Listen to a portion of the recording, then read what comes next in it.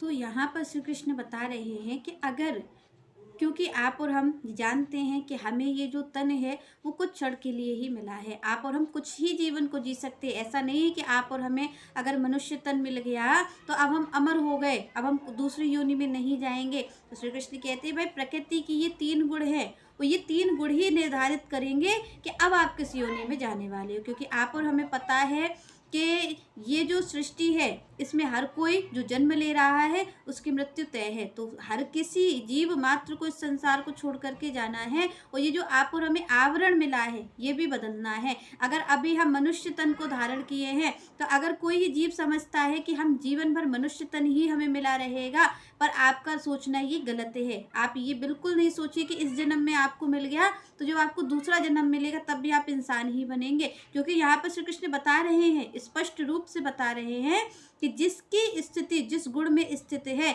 उसके हिसाब से अब उसको आगे की योनि क्या मिलने वाली है, आगे की आपकी हमारी गति क्या होगी, जिस श्री कृष्ण स्पष्ट रूप से अपने श्लोकों में बता रहे हैं कि आखिर आगे की गति क्या होगी। तो यहाँ पर श्री कृष्ण सबसे पहले बात करते हैं सतोगुण की, जो सर्वश्रेष्ठ गुण है। तो श्री कृष्ण कहते हैं सतोगुण में अगर कोई स्थित है, अगर कोई ज्ञान के प्रकाश में स्थित है, कोई ज्ञान की ओर जा रहा है, तो श्री कृष्ण कहते हैं फिर उसे जानना चाहिए कि भाई अगला अब उसको क्या मिलने वाला है, इस सतोगुण का फल क्या मिलेगा। तो यहाँ पर श्री कृष्ण कहते हैं यदा सत्वे प्रभवद्धे तु प्रलयम याति देहभृत तदा उत्तम विद्वान लोक अमलान प्रतिपद्यते।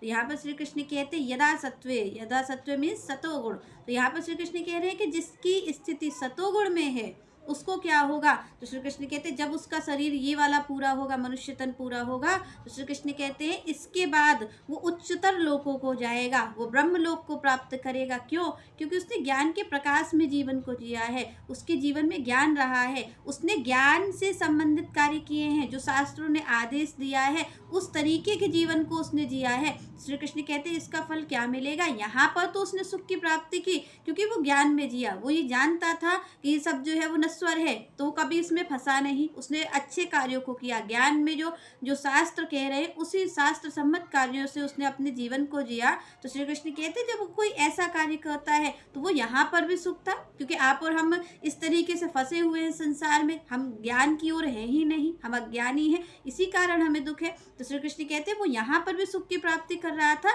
पर जब उसकी देह पूरी होगी, जब उस शरीर का त्याग करेगा, तो श्री कृष्ण कहते हैं जो विद्वान लोग हैं, जो महाऋषि लोग हैं, जो महान भक्तगण हैं, उन्हीं के लोगों को प्राप्त वो करेगा। तो श्री कृष्ण कहते हैं जो ब्रह्म लोक है, ऐसे जो श्रेष्ठ लोक है, उसकी प्राप्ति सतोगुण वाले व्यक्ति को होती है, जो